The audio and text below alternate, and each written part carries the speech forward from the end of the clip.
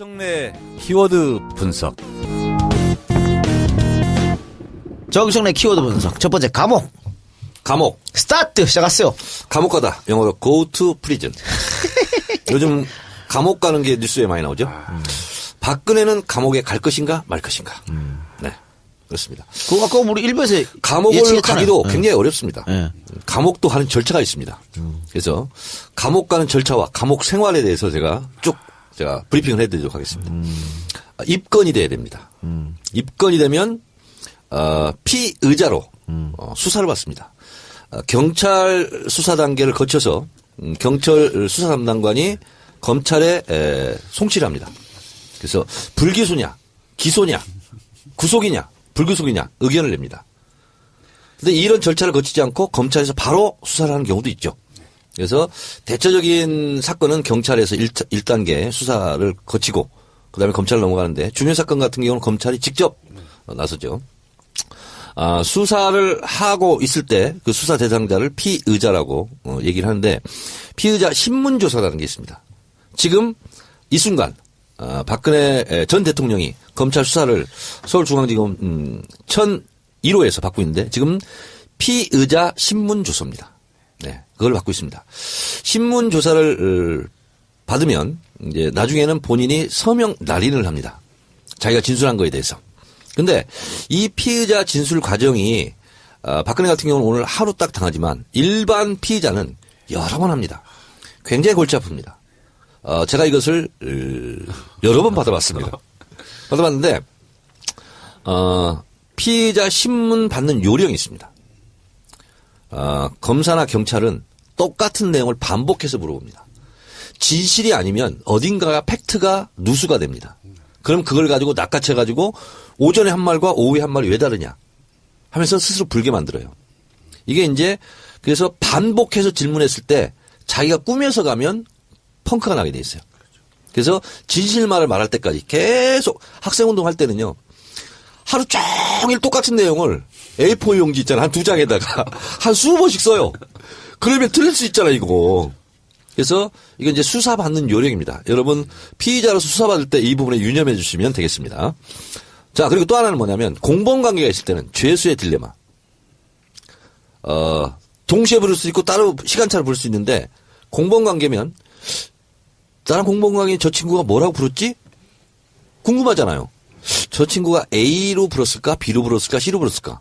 이거 가지고 고민하기 시작합니다. 이걸 보고 죄수의 딜레마라고 그래요. 이게 하나의 상식적인 수사 기법이죠. 그리고 거기에서 선의의 거짓말도 검찰이나 경찰이 할 수 있어요. 야, 옆방에 있는 애가 다 이렇게 불었어. 이런 방향으로. 그렇게 안 불었어도. 그럼 얘가 이렇게 불었구나 써. 그 옆방에 가서는 얘가 이렇게 불었어. 이게 왔다 갔다 하면서 진실을. 이건 이제 수사 기법이거든요. 이런 과정을 거칩니다. 그러면 불구속 기소를 할 거냐. 구속 기소를 할 거냐. 기소는 뭐냐면 소를 제기하는 거죠. 법원에. 재판을 거는 거죠. 검찰에서. 이 기소권이 100% 검찰만 가지고 있어요. 그래서 기소 독점주의라고 그러죠. 이거 보고. 그래서 이거는 쪼개져야 된다. 경찰한테도 좀 줘야 되는 거 아니냐. 그래서 기소 독점주의, 수사권 독립 뭐 이런 거 얘기가 이제 바로 여기서 나오는 거죠. 법원에 기소를 할 수 있는 것은 유일하게 검찰만 할 수 있어요. 근데 이 기소 독점주의가 있는 나라가 흔치가 않아요. 우리가 기소 독점주의를 갖고 있는 검찰의 최대 권력을 갖고 있는 거죠. 이 권한 때문에 그렇습니다. 그래서 이제 검찰 개혁 얘기가 계속 나오고 있는 거 아니에요? 그렇습니다. 근데 한 번도 성공하지 못했어요. 그렇습니다. 그래서 차기 정부들은 반드시 검찰 개혁 성공해야 되는데 방금 얘기한 기소 독점을 깨야 된다. 그렇습니다. 그러면서 공수처 얘기도 나오고 있거든요. 공수처에 대해서 조금 설명해 주세요. 기존 검찰하고 공수처가 생기면은 왜 검찰 권력이 약해지는지. 그러니까 방금 말씀 주신 대로 지금 기소 독점주의 때문에 지금 우리나라 같은 경우는 법원이 관련해 가지고 기소해야겠다라고 예외적인 그 결정을 하지 않는 한 검찰이 뭐 기소를 안 하면 뭐 처벌받을 수 없는 상태거든요. 그렇기 때문에 정치적인 수사가 이루어지기도 하고 정치적으로 수사가 중단되기도 합니다. 그러니까 이런 부분을 막기 위해서 그러면 검찰에 관련된 부분들, 검찰의 고위직이라든지 이런 부분들 정치적으로 장난치는 걸 막기 위해서 이제 공수처가 생겨야 된다고 하는데 관련돼서 어쨌든 검찰을 체크하고 뭐 좀 바라보고 이렇게 좀 케어할 수 있는 조직이 생긴다면 당연히 검찰도 긴장되는 조직으로 될 수밖에 없는 견제받는 권력이 되는 거죠. 그렇죠. 네. 네. 자, 이렇게 해서 기소는 구속 수사의 경우는 최장 20일까지 할 수 있어요. 20일 동안 구속수사를 한다. 그러면 20일 안에 법원에 기소를 해야 돼요. 그러니까 구속수사를 한다. 예를 들면 국가보안법. 그럼 20일 동안 구속수사를 해요. 영장을 받아가지고. 근데 증거를 그때 막 확보해야 돼. 근데 못해. 그래서 옛날에 민주화운동 했던 시대는 증거를 조작하기도 하고 이 과정에서 고문하기도 하고 폭행하기도 하고 왜? 구속을 기소를 해야 되니까. 그래서 20일 동안 외부와의 차단이 된 상태에서 그때 고문도 당하고 구타도 당하고 이렇게 되는 거죠. 저도 그런 과정을 겪었습니다. 그래서 구속 수사를 하게 되면 20일 안에 영장을 이제 치고 그다음에 구속 기소를 하죠. 그러면 이제 구치소로 갑니다. 그게 바로 이제 깜빵 간다 이런 거예요. 자, 서울구치소로 가요. 지금 이제 김기춘, 조윤선, 최순실, 이재용 다 지금 감옥 가 있죠. 자, 서울구치소에 딱 들어가요. 그러면 검신을 합니다. 첫 번째가 검신. 모든 옷을 다 벗어야 돼요. 그래서 문신이 있는지도 보고 병이 있는지도 보고 이렇게 하면 이 과정이 굉장히 수치스럽습니다. 그렇겠네요. 네, 다 벗어야 돼요. 특히 소위 말하는 사회 지도층 인사, 기득권들은 그런 데 가서 옷 다 벗으면 엄청난 수치심에 시달리겠네요. 이거는 예외가 없습니다. 예외가 없습니다. 모든 사람이 다 이런 과정을 거칩니다. 저도 홀딱 벗고 검진을 당했습니다. 제 옆에 유명한 가수도 한 명 있었습니다. 처음에 할 때. 누군지 얘기하지 않겠습니다. 난 알지. 네. 그 과정을 거치면 이제 저 때는 수의를 입었어요. 근데 지금도 이제 수의는 입을 거예요. 네네. 외출할 때만 사복을 입을 건가 이거 하는데 수의를 입습니다. 그리고 교도관이 안내를 합니다. 근데 서울구치소는 어디든 처음 가보는 구조잖아요. 굉장히 두려움이 있습니다. 감옥이라는 게 철창 소리 팍팍 나고 어디로 가는지를 몰라요. 분간을 못해. 나는 근데 서울구치소를 2번이나 갔기 때문에 이쪽으로 가면 몇 동으로 가는구나. 이쪽으로 가면 몇 동으로 가는구나. 그래서 서울구치소는 상중하 이렇게 있습니다. 그 1, 2, 3방이 독방입니다. 그래서 보통 중요한 이렇게 요인들이 가면 보통 독방을 먼저 주는데 저희 같은 경우는 혹시 사고 칠까봐 혼겁방에 며칠간 놓습니다. 심리적 안정을 취하라고. 그리고 원하면 독방으로 보내주는데 지금 이 최순실 국정농단 사건 이걸로 가는 것은 대부분 다 독방에 이렇게 유치를 합니다. 검신하는 이유는 그러면 어떻게 되는 거죠? 그러니까 처음에 구치소로 잡혀오면 이게 사람들의 심리가 되게 불안합니다. 그렇기 때문에 아직 그 형이 확정되기 전이지만 극단적인 선택을 할 수도 있거든요. 특히 이제 고위층 같은 경우에는 무슨 몸을 위해할 수 있는 흉기를 숨겨온다거나 아니면 약물을 숨겨온다거나 무슨 학문 같은데 그런 부분들도 있었고요. 그러니까 사실상 그렇게 해서 적발되는 경우들도 있기 때문에 이런 부분을 확인하기 위해서 이렇게 되게 체크하는 경우가 더 많은 걸로 알려지고 있습니다. 그럼 항문까지 다. 항문까지 다 봅니다. 그렇습니다. 왜냐하면 숨겨갈 수 있는 곳은 다 봅니다. 네. 뭐라도 갖고 들어가면 안 돼요. 위험한 거라든가 약이라든가. 그리고 실제로 또, 그 신체 상태, 건강 상태 이런 걸 또 체크해야 되거든요. 왜 갑자기 사고 날 수도 있으니까. 그 영화 보면 왜 옷 다 벗기고 안 돼? 약 같은 거 팍 뿌리잖아요. 실제로 그러나요? 그렇지는 않습니다. 그건 안 합니다. 그리고 이제 구치소로 가면, 1, 2, 3방 독방에 주로 가 있을 거예요. 근데 서울구치소를 다시 했다고 소리 못 들었거든요. 그럼 제가 갔을 때 88년도에 처음으로 서울구치소 이사 갔는데 우왕시로 1.04평입니다. 1.04평이고 그리고 식구통이라고 있습니다. 문이 있고요. 그다음에 문 옆에 식구통이라고 밥 들어오는 근리밥을 줍니다. 그걸 받아서 본인이 먹어야 되는 거예요. 그리고 출입문 문 있죠. 그 뒤쪽에 화장실이 이렇게 있습니다. 화장실이 있는데 혼겁방 4방부터 이제 혼겁방이죠. 15방인가 6방까지 있는데 거기는 화장실이 아크릴로 투명 아크릴로 보이게 안에서 보이게 화장실 일 보는 걸. 근데 독방은 그게 안 돼 있습니다. 그래서 그냥 앉아 있어야 돼요. 앉아 있으면 교도관들이 다니면서 봅니다. 그러니까 거기는 따로 이렇게 화장실이 없어요. 그러니까 한쪽으로 물 나오는 데 있고 수돗물이 있고 그다음에 무릎 정도 되는 미닫이 문만 있어요. 그러면 거기서 앉아 있으면 눈도 마주치고 답니다. 그리고 실제로 이를 보면서 교도관하고 대화도 합니다. 요즘 잘 지내. 예, 잘 지내고 있어 이렇게. 그러면 박근혜 전 대통령 같은 경우에는 이제 구치소로 가면 독방으로 갈 거 아니에요. 그렇죠. 근데 박근혜가 그 화장실에 대해서 예민하지 않습니까? 네. 뭐 정상회담 하다가도 화장실 때문에 다시 호텔로 돌아가서 밀폐된 공간이 없습니다. 사진도 못 찍고. 서울구치소는. 그런데 그거 좀 애먹을 것 같은데 지금 이번에 조사받을 때도 그 공용 화장실 써야 된다고. 그렇죠. 지금 서울 그 10층 가면요. 검찰청 같은 경우는 화장실이 되게 좁습니다. 화장실이 있고 그 옆에 민원인 휴게실이라고 있는데 거기도 이제 소파 같은 게 되게 오래된 소파들 많이 있거든요. 까만색 소파인데 테이블도 그냥 뭐 식당 테이블 같은 게 있는데 아마 지금 박 전 대통령 조사한다고 해서 다 지금 가구까지 교체한 걸로 알려지고 있거든요.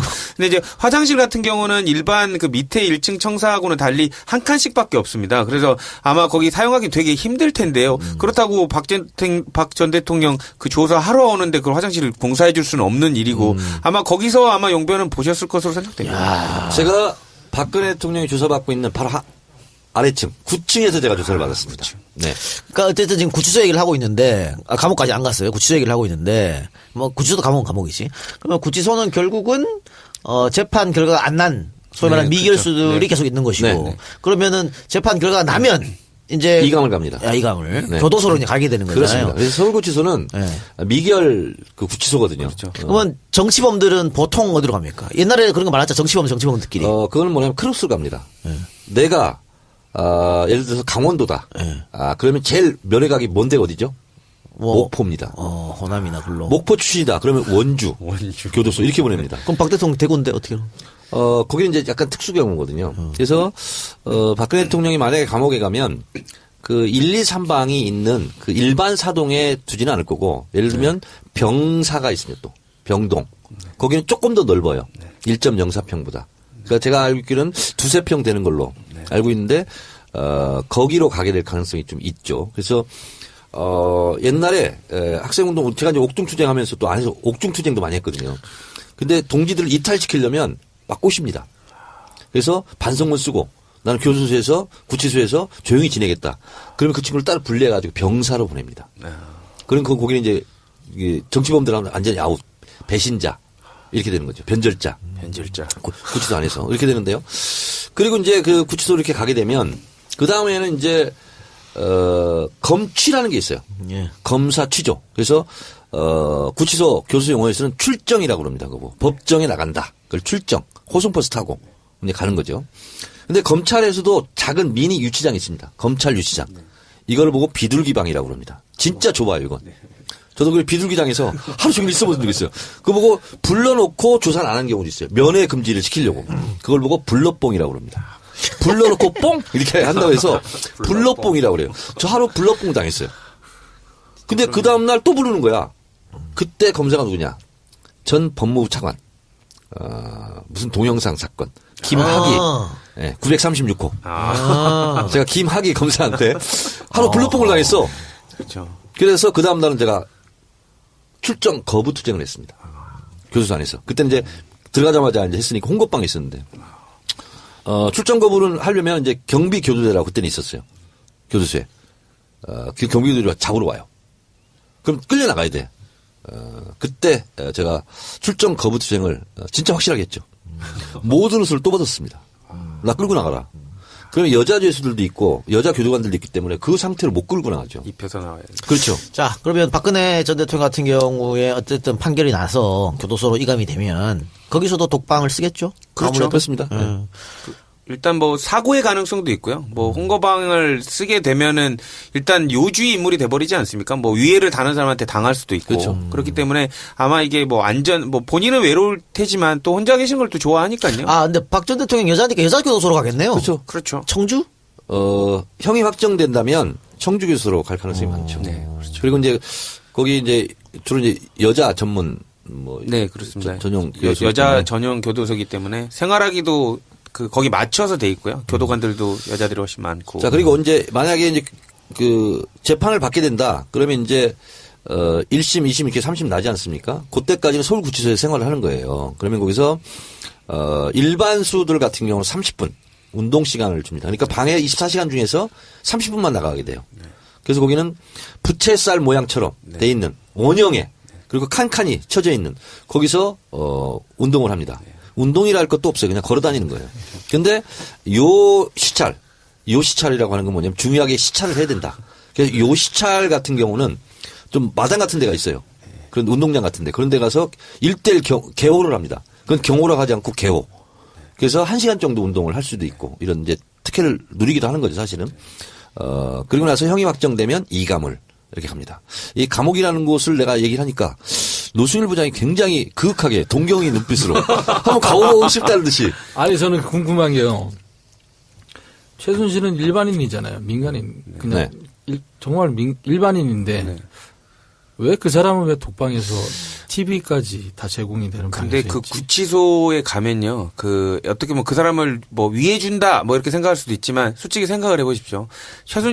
거기 계신 분들이 밖의 세상을 다 듣지는 못하지만, 감으로 다 알고 있습니다. 누가 들어온다는 것 정도는. 근데 최순실이 자기 방에 딱 배정되는 순간, 그 방에 장이 있습니다. 가만히 둘까요? 어쨌든 그 사람의 괜히 미운 거죠. 그러니까, 어쨌든 잘 대해주진 않을 거란 말이죠. 위해를 가할 가능성이 많고, 실제로 그 구치소에 있는 사람들이 입이 굉장히 거칩니다. 행동도 그렇죠. 거칠고. 그리고 예를 들면 한 12, 13명씩 이제 홍보방에 있는데 첫 번째 가잖아요. 나이하고 불문이야. 무조건 그 교도소 용어로는 뺑기통이라고 그래요. 화장실 그 바로 앞에 있어야 돼. 그리고 이제 한 사람씩 나갈 때마다 승진할 때마다 화장실에서 좀 먼 거리로 자꾸 이동하는 거야. 이렇게. 군대 간물대처럼. 그렇지. 아니 최순실도 입이 거칠기는 국가대표급인데. 근데 못 당해요. 그러니까 뭐냐면 최순실 씨가 제일 지금 불편을 겪고 있을 것이 목욕일 거야. 왜냐하면 거기는 그 무슨 라카룸처럼 샤워 시설만 있어요. 쭉 돼 있고 공동 목욕에 그리고 일주일에 한 번인가 이렇게 하게 되고 운동하고. 근데 본인은 거기 가면 못 가요. 그러니까 아마 본인이 자기 독방에서 해결을 해야 될 거야. 그러니까 뭐 생수통을 한 번 했다고 근데 따뜻한물도 안 나오고 겨울에. 그러니까 목욕을 하는데 상당히 어려웠을 겁니다. 네, 이상 감옥에 대한 키워드 분석을 마치겠습니다. 나는 공범관계 저 친구가 뭐라고 불렀지? 궁금하잖아요. 저 친구가 A로 불었을까? B로 불었을까? C로 불었을까? 이거 가지고 고민하기 시작합니다. 이걸 보고 죄수의 딜레마라고 그래요. 이게 하나의 상식적인 수사 기법이죠. 그리고 거기에서 선의의 거짓말도 검찰이나 경찰이 할 수 있어요. 야, 옆방에 있는 애가 다 이렇게 불었어. 이런 방향으로. 그렇게 안 불었어도. 그럼 얘가 이렇게 불었구나 써. 그 옆방에 가서는 얘가 이렇게 불었어. 이게 왔다 갔다 하면서 진실을. 이건 이제 수사 기법이거든요. 이런 과정을 거칩니다. 그러면, 불구속 기소를 할 거냐, 구속 기소를 할 거냐. 기소는 뭐냐면 소를 제기하는 거죠. 법원에. 재판을 거는 거죠. 검찰에서. 이 기소권이 100% 검찰만 가지고 있어요. 그래서 기소 독점주의라고 그러죠. 이거 보고. 그래서 이거는, 쪼개져야 된다. 피의자 신문 받는 요령이 있습니다. 검사나 경찰은 똑같은 내용을 반복해서 물어봅니다. 진실이 아니면 어딘가가 팩트가 누수가 됩니다. 그럼 그걸 가지고 낚아채가지고 오전에 한 말과 오후에 한 말이 왜 다르냐 하면서 스스로 불게 만들어요. 이게 이제 그래서 반복해서 질문했을 때 자기가 꾸며서 가면 펑크가 나게 돼 있어요. 그래서 진실말을 말할 때까지 계속 학생운동 할 때는요. 하루 종일 똑같은 내용을 A4 용지 있잖아. 한 2장에다가 한 20번씩 써요.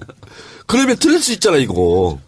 그래서 이건 이제 수사받는 요령입니다. 여러분 피의자로서 수사받을 때 이 부분에 유념해 주시면 되겠습니다.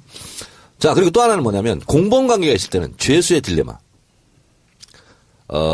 동시에 부를 수 있고 따로 시간차를 부를 수 있는데 공범관계면 정례 키워드 분석. 정청래 키워드 분석. 첫 번째 감옥. 감옥. 스타트 시작하세요. 감옥 가다. 영어로 go to prison. 요즘 감옥 가는 게 뉴스에 많이 나오죠. 박근혜는 감옥에 갈 것인가 말 것인가. 네. 그렇습니다. 그거 아까 우리 일부에서 감옥을 예측했잖아요. 가기도 네. 굉장히 어렵습니다. 네. 감옥도 하는 절차가 있습니다. 그래서 감옥 가는 절차와 감옥 생활에 대해서 제가 브리핑을 해드리도록 하겠습니다. 입건이 돼야 됩니다. 입건이 되면 피의자로 수사를 받습니다. 경찰 수사 단계를 거쳐서 경찰 수사 담당관이 검찰에 송치를 합니다. 그래서 불기소냐, 기소냐, 구속이냐, 불구속이냐 의견을 냅니다. 그런데 이런 절차를 거치지 않고 검찰에서 바로 수사를 하는 경우도 있죠. 그래서 대체적인 사건은 경찰에서 1단계 수사를 거치고 그다음에 검찰로 넘어가는데 중요 사건 같은 경우는 검찰이 직접 나서죠. 수사를 하고 있을 때 그 수사 대상자를 피의자라고 얘기를 하는데 피의자 신문조사라는 게 있습니다. 지금 이 순간 박근혜 전 대통령이 검찰 수사를 서울중앙지검 1001호에서 받고 있는데 지금 피의자 신문조사입니다. 네. 그걸 받고 있습니다.